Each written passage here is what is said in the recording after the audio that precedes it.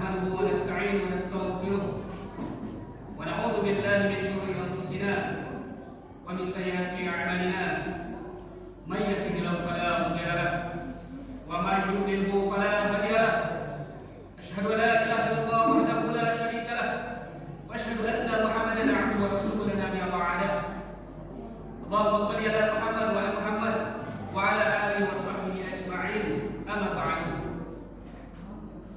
يا أيها الذين آمنوا اتقوا الله حق تقاته ولا تموتن إلا وأنتم مسلمون فقد فاز المتقون قال الله تعالى في كتابه الكريم أعوذ بالله من الشيطان الرجيم بسم الله الرحمن الرحيم يسألونك عن الأنفال قل الأنفال لله والرسول فاتقوا الله وأصلحوا ذات بينكم وأطيعوا الله ورسوله إن كنتم مؤمنين إنما المؤمنون الذين إذا ذكر الله وجلت قلوبهم وإذا تليت عليهم آياته زادتهم إيمانا وعلى ربهم يتوكلون الذين يقيمون الصلاة ومما رزقناهم ينفقون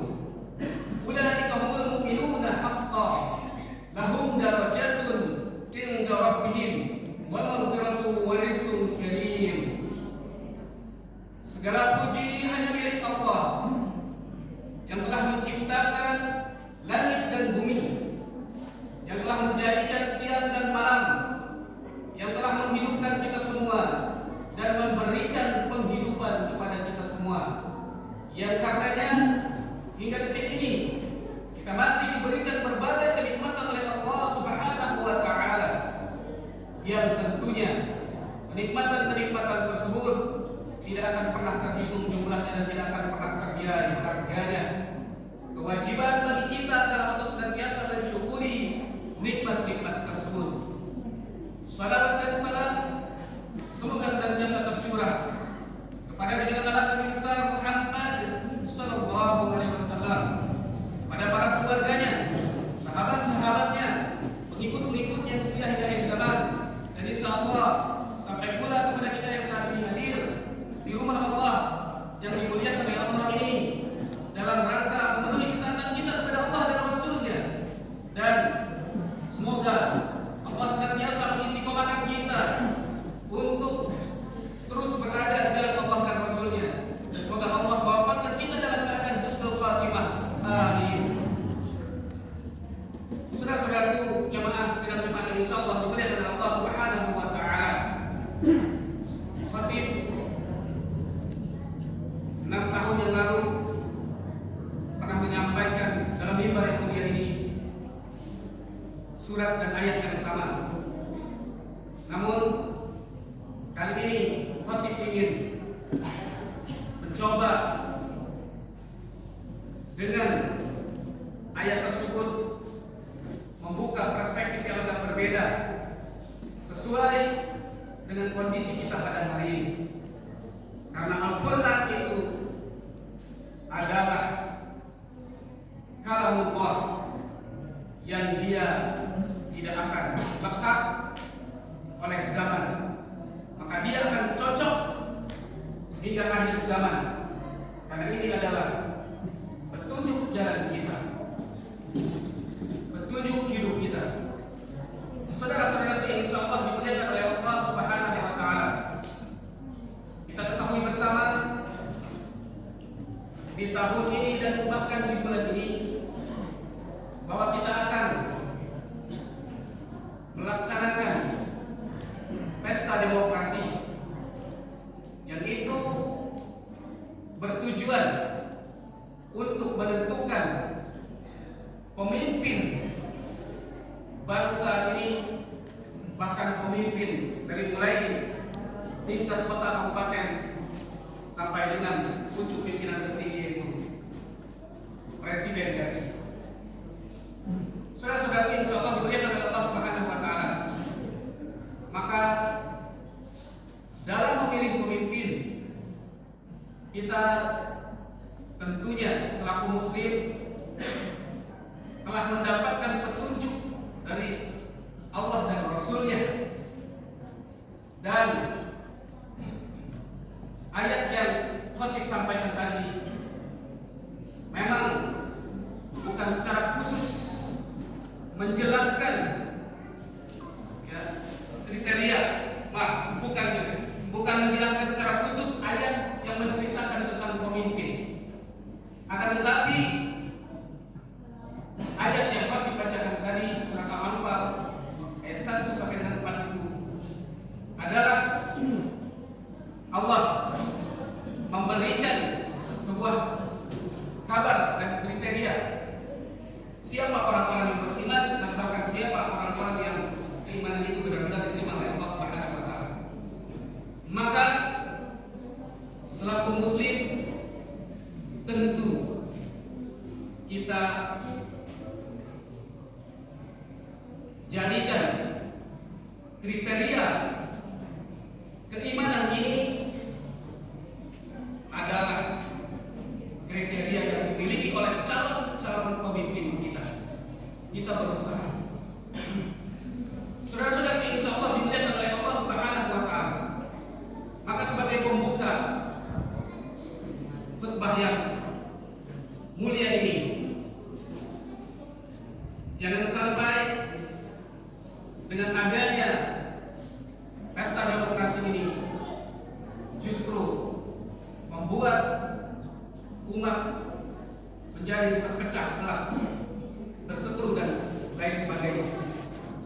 Karena di antara ciri-ciri orang yang beriman dan bahkan diterima keimanannya itu, yang pertama adalah dalam ayat tadi, fattaqullah, bertakwa kepada Allah.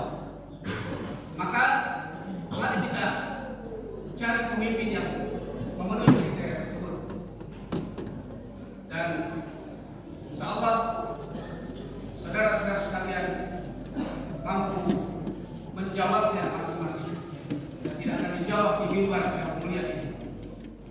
Saudara-saudaraku, yang menarik dalam ayat ini, surat ini, di antara orang ciri-ciri orang yang beriman, yang pertama adalah fattaqullah, bertakwa kepada Allah. Maka setelahnya Allah sebutkan wa aslihu dzata bainikum, memperbaiki. Allah memerintahkan perbaikilah hubungan di antara sesama. Maka bagi kita yang beriman, mengaku beriman, alangkah ruginya jika dengan momen pesta demokrasi ini kita terpecah belah. Pilihan kita boleh terbelah, akan tetapi persaudaraan kita tidak boleh terbelah. Selanjutnya, saudara-saudaraku, ketika kita berusaha untuk memilih pemimpin, yang saat ini kita disuguhkan dengan 3 pilihan, maka sejatinya tujuan kita sama. Filosofinya atau analoginya, kita berada di masjid ini, masuk ke masjid ini, ada yang masuk dari timur, ada yang masuk dari utara, dan ada yang masuk dari selatan. Namun ketika kita sudah berada di dalam rumah Allah yang mulia ini, maka kita menghadap kepada arah yang satu, yaitu arah kiblat. Kebetulan di Indonesia kiblatnya adalah mengarah ke barat. Maka begitulah harapan kita yang tidak mungkin kita bisa membuat seluruh masyarakat ini jatuh kepada pilihan yang sama. Itu hal yang nyaris tidak mungkin. Namun siapapun yang terpilih, maka seperti kalau kita masuk masjid ini tadi, bahwa kita sama-sama menghadap ke arah yang sama, dan endingnya adalah pada akhirnya ketika iqamah berkumandang, mengikuti satu instruksi yang sama, yaitu imam. Analogi yang kedua, yang mudah-mudahan bisa membuka cara pandang kita dalam memilih pemimpin ini dan menerima hasil nanti. Maka yang kedua adalah ketika ada beberapa orang ibu-ibu datang ke toko pakaian dan dia memilih, mereka memilih berdasarkan selera mereka masing-masing. Bukankah meski dia saling mengenal bisa berbeda pilihan itu? Dan ketika mereka keluar, mereka tidak saling menyalahkan. Kenapa kamu milih ini, milih itu, dan seterusnya. Namun jangan salahkan juga ketika ada ibu-ibu yang mencoba memberikan pencerahan terhadap produk tertentu yang dia sudah puji kebaikan kualitasnya dan dia mengajak. Misalnya pakai pakaian ini saja atau pakaian A atau B karena begini dia terangkan keunggulannya dan seterusnya, dan itu pun tidak boleh kita salahkan. Ketika memang menurut kita masuk akal, maka terima. Kalau tidak masuk akal, jangan diterima. Simpel. Saudara-saudaraku yang insyaallah dimuliakan oleh Allah Subhanahu wa taala, maka yang pertama tadi kriteria seorang pemimpin adalah mereka yang bertakwa kepada Allah. Lalu jangan sampai kita dan bahkan pemimpin itu adalah pemimpin yang tidak mengikuti perintah Allah, yaitu aslihu dzata bainakum, yang menjaga hubungan antar sesama. Jadi jangan sampai kita terpecah dalam urusan persaudaraan, urusan persatuan, dan seterusnya. Saudara-saudara yang insyaallah dimuliakan oleh Allah Subhanahu wa taala. Yang selanjutnya, pemimpin yang kita tidak idamkan setelah tadi bertakwa kepada Allah dan bisa menjadi jalan bagaimana sesama anak bangsa ini bisa hidup rukun, yaitu aslihu dzata bainakum, maka kita selaku muslim adalah pemimpin yang mampu bisa menjaga agama yang mulia ini tanpa menyepelekan agama lain yang ada di Indonesia, karena itu keniscayaan. Karena kita multi etnis dan multi agama. Yang selanjutnya, kriteria pemimpin yang kita harapkan dari ayat ini, maka tadi di firmankan oleh Allah bahwa di antara ciri orang beriman itu adalah dia hanya bertawakal kepada Allah. Kita menginginkan pemimpin yang dia bergantungnya kepada Allah, karena inilah yang dapat menyelamatkan bangsa dan negara kita. Kita selaku muslim harus percaya. Jadi berserah diri kepada Allah, bukan berharap kepada siapa-siapa, tapi dia berserah diri kepada Allah, bertawakal hanya kepada Allah. Yang selanjutnya, alladzina yuqimuna sholata wa mimma razaqnahum yunfiqun. Pemimpin yang mendirikan salat dan bahkan dapat memberikan contoh, memberikan sebagian harta yang Allah berikan. Maka Allah simpulkan, ulaika humul mu'minuna haqqan. Mereka itulah orang-orang yang benar-benar beriman.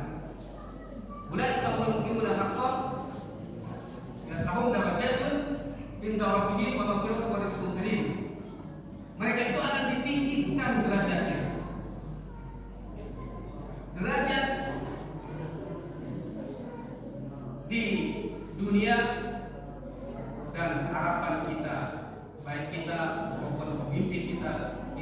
ditinggikan derajatnya di sisi Allah Subhanahu wa taala. Jadi mereka itu yang memenuhi kriteria tadi, lahum darajatun inda rabbihim wa maghfiratun wa rizqun karim. Mereka itu akan ditinggikan derajatnya di sisi Tuhannya, ya, akan mendapatkan pengampunan dan nikmat rizki yang mulia. Ya, bukankah indah ketika kita bisa mendapatkan pemimpin yang seperti itu? Maka mari kita sama-sama mencari kriteria yang seperti itu. Khatib tidak menyebutkan nama, tidak menyebutkan partai dan seterusnya. Karena ini adalah sebuah momen watawassaw bil haqqi wa tawassaw bis sabr.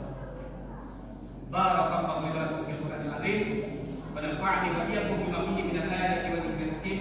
Aqulu qali hadza astaghfirullah li wa lakum wa li sa'iril mu'minina wal mu'minat wal muslimin wal muslimat min kulli dhanbin fastaghfiruhu innahu huwas samiul 'alim wa innahu wal ghafurur rahim.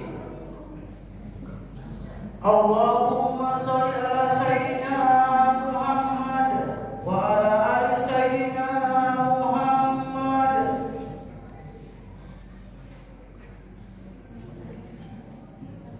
Alhamdulillah hamdan katsiran thayyiban mubarakan fihi kama yuhibbu rabbuna wa yarda. Asyhadu an la ilaha illallah wahdahu la syarika lah wa asyhadu anna Muhammadan 'abduhu wa rasuluhu la nabiyya ba'dahu. Taqwa taqwa kamalan. Ya ayyuhan nasu taqu rabbakum alladzi khalaqakum min nafsin wahidah wa khalaqa minha zawjaha wa batha minhuma rijalan katsiran wa nisaa wa taqullaha allazi tasaaluna bihi wal arham innallaha kana 'aliimun rahima. Saudara-saudaraku yang insyaallah dimuliakan oleh Allah Subhanahu wa taala. Maka marilah kita mencari pemimpin yang dia mengedepankan prestasi daripada prestise. Bagi saudara-saudaraku yang mungkin masih muda-muda dan tidak paham apa itu prestasi, apa itu prestise. Prestasi itu adalah pencapaian kebaikan. Prestise itu penghargaan. Jadi kalau orang yang mengejar prestasi, pemimpin di level apapun, sekecil apapun di gelarnya sekalipun, maka dia akan mengejar prestasi dan dia akan memiliki sebuah aksi dan visi-misi yang berisi.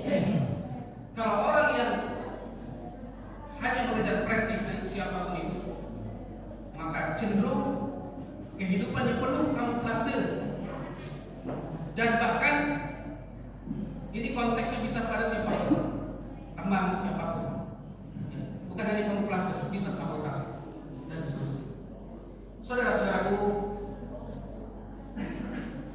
lazimnya hujan lebat itu diawali hujan gerimis. Jika negara, bangsa dan negara kita ingin hebat, maka kita harus memilih pemimpin yang optimis dan bisa memberikan rakyatnya rasa optimis dan pesimis. Mari saudara-saudaraku, kita bijak dalam memilih, karena pilihan kita akan kita pertanggungjawabkan ketika nanti kita dibangkitkan oleh Allah. Kita akan ditanya oleh Allah.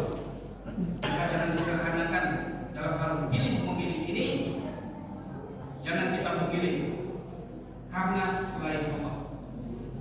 Pilihlah pemimpin karena Allah, bukan karena yang lain-lain. Semoga Allah menyelamatkan bangsa dan negara yang kita cintai ini dengan Allah berikan pemimpin yang ramah. Dan saking pentingnya pemimpin, saudara-saudara, Rasulullah pernah menyampaikan, kalaulah ada doa yang doa itu pasti dikabul, tapi satu doa, maka kata Rasul yang mulia, doakanlah pemimpin. Demikian khutbah yang sederhana dengan ilmu yang sangat terbatas ini, semoga bisa menginspirasi kita semua